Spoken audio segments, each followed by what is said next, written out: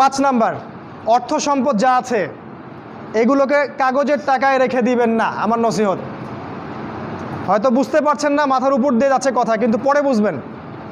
টাকা পয়সা যা আছে এগুলোকে ব্যাংকে কাগজের টাকার মধ্যে রেখে দিবেন না, কারণ কাগজের টাকা সামনে আর থাকবে না।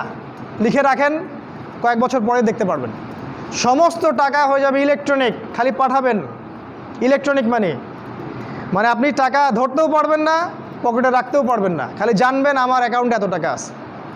এই পুরো ব্যাংকিং সিস্টেমটা পড়ে যাবে, থাকবে না।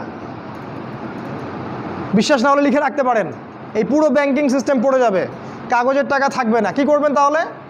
আপনি আপনার সম্পদটাকে সোনায় রূপান্তর করেন, কিছু সোনা করে রাখেন, জমায় রাখেন, রূপায় কনভার্ট করেন। এগুলোর দাম কখনো কমবে না। 100 বছর পরেও সোনার দামই থাকবে। তো 10 বছর পর আপনার 10 লাখ টাকার মান 10 লাখ টাকা থাকবে না, দাম পড়ে যাবে, আপনি সম্পত্তি হারাবেন। এইভাবে তারা সারা বিশ্বকে লুট করছে, এই কাগজের টাকা দিয়ে তারা সারা বিশ্বকে লুট করছে। এটা বুঝবেন না, পরে বুঝবেন। আচ্ছা, শুনে রাখেন। আর কি করতে পারেন? গবাদি পশু ব্যবসা ইনভেস্ট করেন। আরেকটা কাজ করতে পারেন, জমি কিনে রাখতে পারেন, এটা ভালো জিনিস। এই জিনিসগুলোতে টাকা কনভার্ট করেন। শেষ জামানায় আপনার কাগজের টাকা থাকবে না, আপনি ক্ষতিগ্রস্ত হবেন।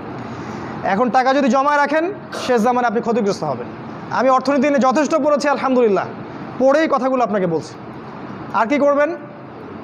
যদি সম্ভব হয়, শহর, আপনারা তো গ্রামেই থাকেন মাশাআল্লাহ, শহরে যারা থাকে তাদের উদ্দেশ্যে বেশি বলছি এটা, কারণ এটা অনলাইনে যাবে।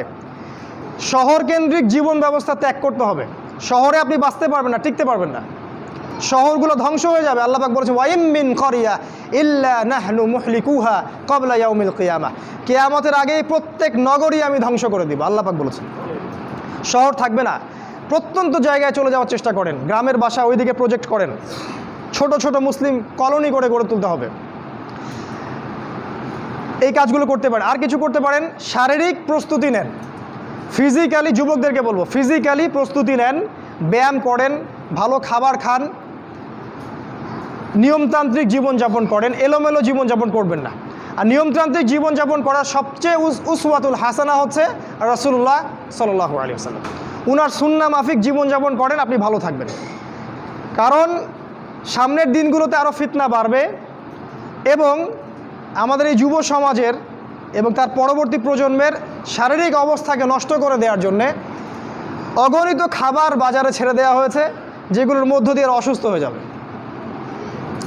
তাই রাসূলের পদ্ধতি অনুযায়ী জীবনযাপন করেন, ভালো খান, ফ্রেশ জিনিস খান, ব্যায়াম করেন, শারীরিক প্রিপারেশন নেন, আপনি ভালো থাকবেন ইনশাআল্লাহ। এই কাজগুলো আপনাকে ইনশাআল্লাহ শেষ জামানায় বাঁচতে সাহায্য করবে। আর সর্বশেষ যেটা নাসিহা, সেটা হলো যে ইসলামের জন্যে, ইসলামকে ভালোবেসে আপনার জান থাকলে জান দিয়ে, মাল থাকলে মাল দিয়ে, সময় থাকলে সময় দিয়ে, শ্রম দিতে পারেন শ্রম দিয়ে, বা মেধা আছে মেধা দিয়ে দিনের জন্য কিছু করেন, দিনের কোনো খেদমত করে যান। এই কাজগুলো পরকালে আপনার জন্য সদকায়ে জারিয়ার মাধ্যম হবে ইনশাআল্লাহ। কারণ মানুষ যখন মারা যাবে, তার আমলনামা বন্ধ হয়ে যাবে, সাদাকায়ে জারিয়া খোলা থাকবে, নেক সন্তান খোলা থাকবে, এবং যে জ্ঞান আপনি মানুষকে শিক্ষা দিচ্ছেন, উপকারী জ্ঞান, সেটা আপনি কবরে শুয়ে শুয়ে পাবেন ইনশাআল্লাহ। তাই ইসলামের জন্য আপনার জান, আপনার মাল, আপনার সময়, শ্রমগুলোকে ব্যয় করুন। আল্লাহ পাক আমাদের সবাইকে দিনের জন্য কাজ করার তৌফিক দান করুন, আল্লাহুম্মা আমিন। এবং শেষ জামানাকে বোঝার এবং পড়াশোনা করার তৌফিক দান করুন। সামনের দিনগুলোর জন্য প্রস্তুতি নেওয়ার তৌফিক দান করুন, এবং যেভাবে পদক্ষেপ নিলে আমরা সারভাইভ করতে পারবো, ভালো থাকবো, বা ফিতনামুক্ত পরিবেশে বেঁচে থাকতে পারবো, ঈমান আমল হেফাজত করতে পারবো, সেগুলো আল্লাহ পাক করার আমাদেরকে তৌফিক দান করুন, আল্লাহুম্মা আমিন। আকুলু কাউলি হাযা আস্তাগফিরুল্লাহ লি ওয়া লাকুম ওয়া লিসাইরিল মুসলিমিন। বারাকাল্লাহু লানা ওয়া লাকুম বিল আয়াতিল হাকীম। ইন্নাহু তাআলা জাওয়াদুন কারীমুন বাররাউফুর রহিম।